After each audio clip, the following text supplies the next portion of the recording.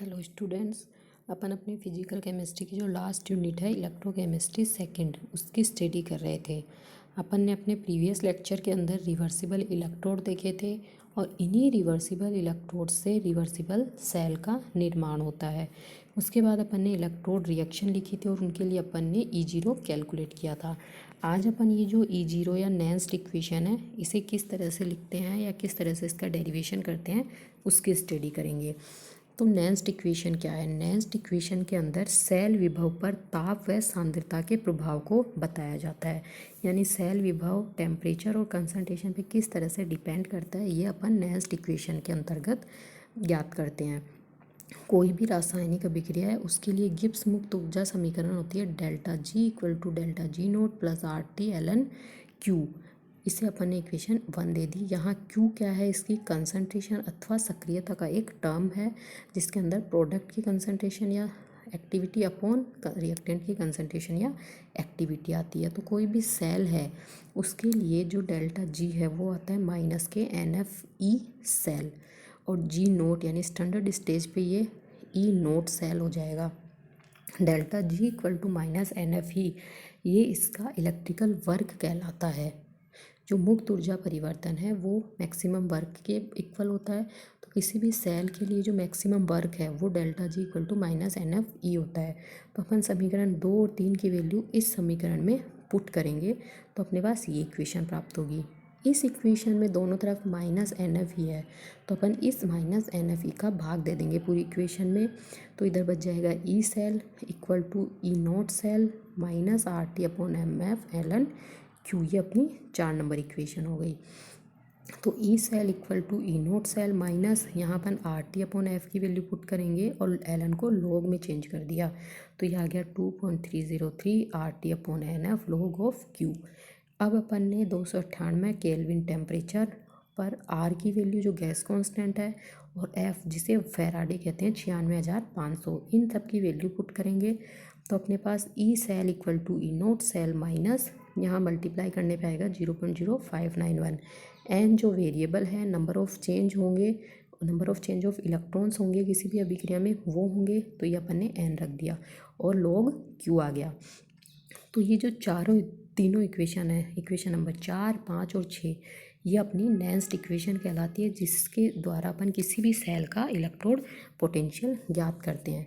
जैसे एक डेनियन सेल है, डेनियन सेल को रिप्रेजेंट करने का तरीका है जिंक एक्वस एक खड़ी लाइन ZnSO4 या Zn+2, डबल लाइन जो डबल लाइन है वो साल्ट ब्रिज को शो करती है।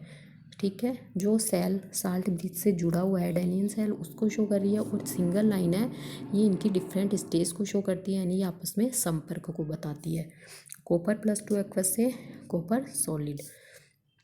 ये जो लेफ्ट हैंड साइड है साल्ट ब्रिज के ये लेफ्ट एनोड को बताती है और राइट हैंड साइड है ये राइट साइड कैथोड को बताती है। तो अपन ये इसकी हाफ सेल हो रिएक्शन, ये इसकी हाफ सेल रिएक्शन, एनोड पे हो रही है उसे एनोड सेल रिएक्शन, कैथोड पे हो रही है उसे कैथोड सेल रिएक्शन। तो अपन एनोड के लिए अलग से अभिक्रिया लिखेंगे या ई नोट लिखेंगे और कैथोड के लिए अलग से लिखेंगे, क्योंकि जो ई सेल है वो अपन किसी एक इलेक्ट्रोड या इलेक्ट्रोड रिएक्शन के लिए ही लिखते हैं। तो अपन जिंक के लिए लिखेंगे तो लिखेंगे E cell equal to E Cu+2 से Cu, कैथोड के लिए लिखा है ये हो गया ई राइट या ई Cu+2 से Cu माइनस ई नोट Cu+2 से Cu plus RT upon 2F ln कॉपर+2 की कंसंट्रेशन यहाँ प्लस कर दिया तो मैंने यहाँ पे कंसंट्रेशन प्रोडक्ट अपॉन रिएक्टेंट ने रखे, रिएक्टेंट अपॉन प्रोडक्ट कर दी। इसी तरह अपन लेफ्ट हैंड साइड के लिए जिंक के लिए लिख देंगे। पूरी सेल के लिए अपन को लिखना है तो अपन क्या करेंगे, इन दोनों का अंतर पूरी सेल या पूर्ण सेल के इलेक्ट्रोमोटिव फोर्स के बराबर होता है। तो अपन लिख देंगे E cell equal to E right minus E left. हमेशा अपन को राइट में से लेफ्ट को ही माइनस करना है, लेफ्ट में से राइट को नहीं करना। यदि अपन ने ई सेल है वो रिडक्शन रिएक्शन से लिखा है तो हमेशा अपन ई राइट माइनस ई लेफ्ट करेंगे। तो ये ई राइट है ये ई लेफ्ट है, इन दोनों को मैंने यहाँ पुट कर दिया। ई नोट की टर्म को मैंने एक तरफ ले लिया और RT की टर्म को मैंने एक तरफ ले लिया। एन की वैल्यू 2 रखी है क्योंकि number of change of electron अपने पास 2 है। मानक अवस्था में ई सेल कितना होता है, E naught equal to E right minus E left. तो ई राइट हो गया कॉपर का, ई लेफ्ट हो गया जिंक का। तो इसकी जगह मैं ई नोट सेल पुट कर रही हूँ। ये आर टी अपॉन 2F ऐसे कैसे हो गया, ये अपना आ गया एल। तो E naught cell plus R T upon 2F 2.303 लोग, एल को लोग में चेंज किया तो मैंने 2.303 से इंटू कर दिया। कॉपर +2 की कंसनट्रेशन अपॉन जिंक +2 की। अब यहाँ मैं आर टी और एफ की वैल्यू पुट कर रही हूँ और 2.303 से मल्टीप्लाई कर रही हूँ, तो अपने पास आ जाता है 0.0591। अपन देखिए पहले भी इसी तरह कर रहे हैं, जहाँ भी आर टी एफ को 2.303 से मल्टीप्लाई कर रहे हैं तो अपना 0.0591 ही आ रहा है। तो इसे अपन याद ही रखेंगे कि यहाँ जब इनकी वैल्यू पुट करके 2.303 से मल्टीप्लाई करते हैं तो अपने पास आता है 0.0591 log concentration of copper +2 upon concentration of Zn+2। तो E cell equal to E naught cell minus, ये ऐसे कैसे आ गया, मैंने माइनस बाहर कॉमन लिया तो ये क्या हो जाएंगे, पलट जाएंगे, जिससे अपन कर देंगे प्रोडक्ट अपॉन रिएक्टेंट। तो ये अपना मेन फॉर्मूला हो गया, E cell equal to E naught cell minus 0.0591 upon 2 log concentration of product upon concentration of reactant, जो कि डैनियन सेल जिसके अंदर दोनों आयन द्विसंयोजी हैं, उसके लिए ये सेल पोटेंशियल कैलकुलेट करने का फॉर्मूला है। अब अपन ने एक अन्य सेल लिया जिसमें एक आयन तो द्विसंयोजी है और दूसरा आयन है वो अपना एकल संयोजी है। जैसे निकल निकल +2 में चेंज हो रहा है और Ag प्लस Ag में चेंज हो रहा है, वो साल्ट ब्रिज के द्वारा ये दोनों एक दूसरे से पृथक है।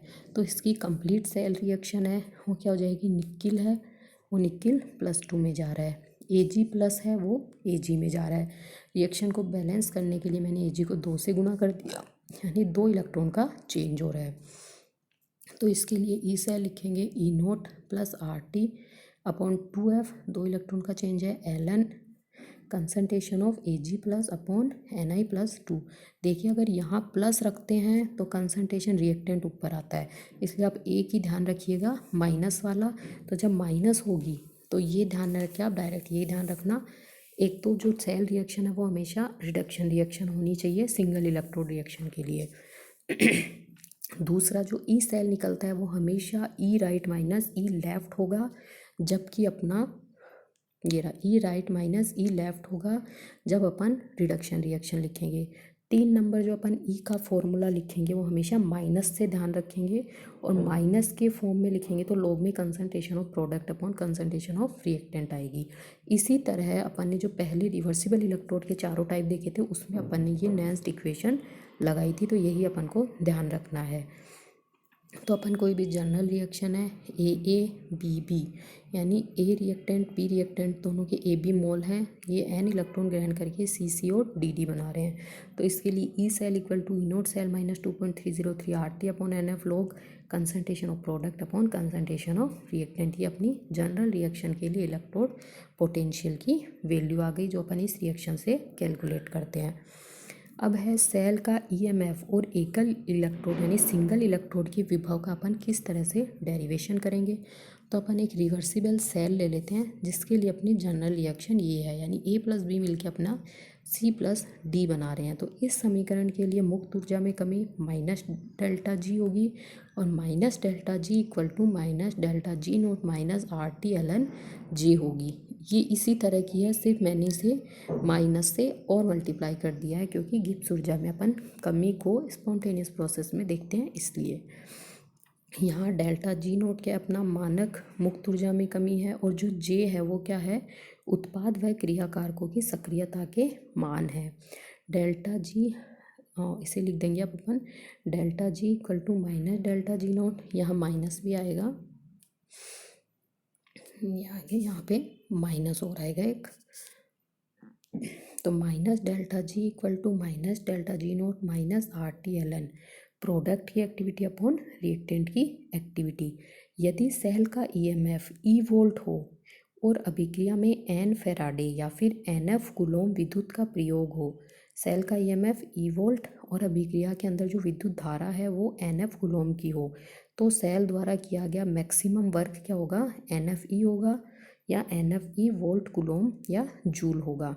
तो जो अपन डेल्टा जी है उसकी जगह जहाँ पहले अपन ने माइनस NFE रखा था तो वहाँ अपन माइनस को डेल्टा जी के साथ ले लिया तो NFE। अब यहाँ अपन NFE रख देंगे, यहाँ NFE नोट रख देंगे स्टैंडर्ड स्टेज में, तो अपने पास ये इक्वेशन प्राप्त हो जाएगी।